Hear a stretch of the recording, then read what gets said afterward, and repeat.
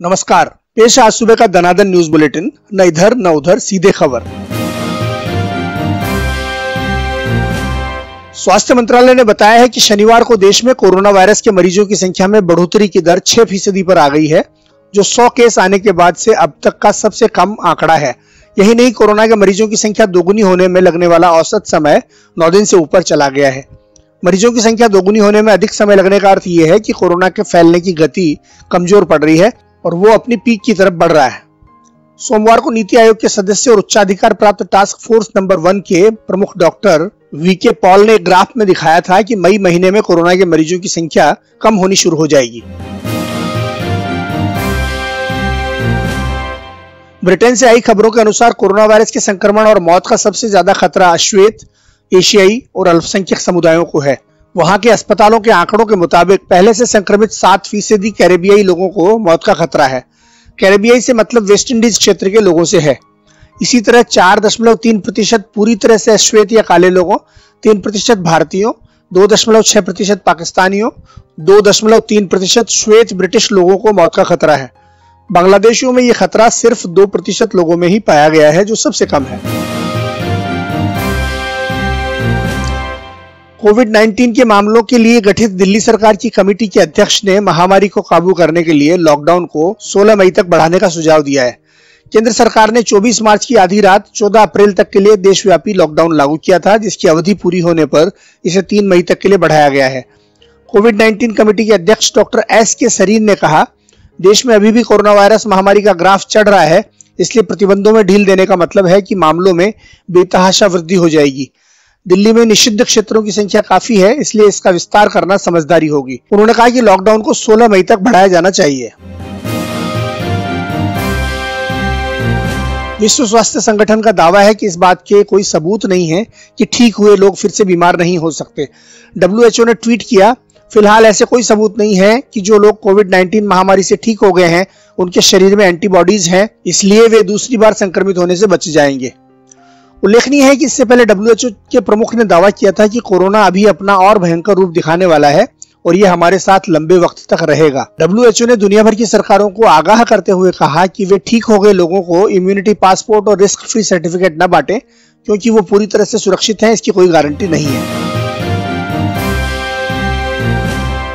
केंद्रीय मंत्री नितिन गडकरी ने कहा है कि कोरोना के बाद दुनिया चीन के साथ व्यापार जारी नहीं रखना चाहती है। संकट की घड़ी में ये भारत के लिए वरदान की तरह है। अगर इस मौके का सही फायदा उठाने में हम लोग कामयाब होते हैं तो 2025 तक 5,000 अरब डॉलर या 5 ट्रिलियन की अर्थव्यवस्था का हमारा सपना पूरा हो सकता है। MSME सेक्टर को इसका फायदा उठाना चाहिए। MSME मतलब लघु और मझौले उद्योगों का क्षेत्र। याद रहे, इसी सेक्टर की मदद करने के लिए कांग्रेस अध्यक्ष सोनिया गांधी ने भी प्रधानमंत्री नरेंद्र मोदी को चिट्ठी लिखी है। उन्होंने कहा कि GDP में 1/3 योगदान देने वाला ये सेक्टर 11 करोड़ लोगों को नौकरी दे रहा है और इसे बचाने के लिए उन्होंने 5 सुझाव भी दिए हैं। कोरोना वायरस की महामारी के कारण दुनिया भर के शेयर बाजारों में आई गिरावट के बीच भारत दुनिया के टॉप 10 शेयर बाजारों की सूची से बाहर हो गया है। भारत अब 2 लाख करोड़ डॉलर के मार्केट कैपिटलाइजेशन या MCAP वाले बाजारों की सूची में नहीं रहा। 1.57 लाख करोड़ डॉलर MCAP के साथ भारत अब 11वें स्थान पर आ गया है। इस साल जनवरी में भारतीय बाजार 2.16 लाख करोड़ डॉलर के MCAP के साथ 10वें स्थान पर था। इससे पहले भी जनवरी 2019 में भारत 2.08 लाख करोड़ डॉलर के MCAP के साथ दुनिया का 7वां सबसे बड़ा शेयर बाजार था। भारत में कोरोना संक्रमण के चलते मरने वालों की संख्या शनिवार को 826 हो गई। पिछले 24 घंटे में 41 संक्रमित मरीजों ने दम तोड़ दिया। शनिवार को देश भर में मिले 1819 नए मरीजों में से करीब आधे यानी 811 मरीज अकेले महाराष्ट्र के थे। देश में अब तक 26,194 लोग संक्रमित हो चुके हैं। उधर दुनिया में कोरोना वायरस से मरने वालों का आंकड़ा शनिवार की रात 2 लाख के पार हो गया। अब तक कुल 29,02,708 लोग संक्रमित हो चुके हैं, जबकि 2,02,179 की मौत हो चुकी है।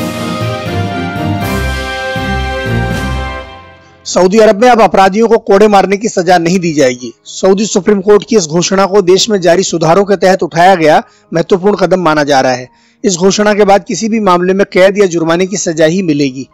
कोर्ट ने कहा कि कोड़े या बेंत मारने की सजा समाप्त करने का मकसद ये है कि सऊदी शासन को मानवाधिकार के अंतर्राष्ट्रीय मानकों के करीब लाया जाए। ध्यान रहे, यहाँ की अदालतें पहले व्यभिचार और हत्या जैसे मामलों में कैद के साथ कोड़े मारने की सजा भी सुनाती थी। कभी कभी तो 1,000 कोड़े मारने की सजा भी दी जाती थी। उत्तरी कोरिया के तानाशाह किम जोंग उन के गंभीर रूप से बीमार होने की खबरों के बीच चीन ने अपने विशेषज्ञ डॉक्टरों की टीम उत्तर कोरिया भेजी है। ये टीम किम जोंग उन के स्वास्थ्य का जायजा लेगी। इस बीच किम के बारे में एक अलग ही खबर आई है। इसके मुताबिक किम किसी रिसोर्ट टाउन में गोपनीय रूप से छुट्टियां मना रहे हैं। अमेरिकी उपग्रहों के चित्रों में इस रिसोर्ट टाउन में उनकी निजी ट्रेन को देखा गया है।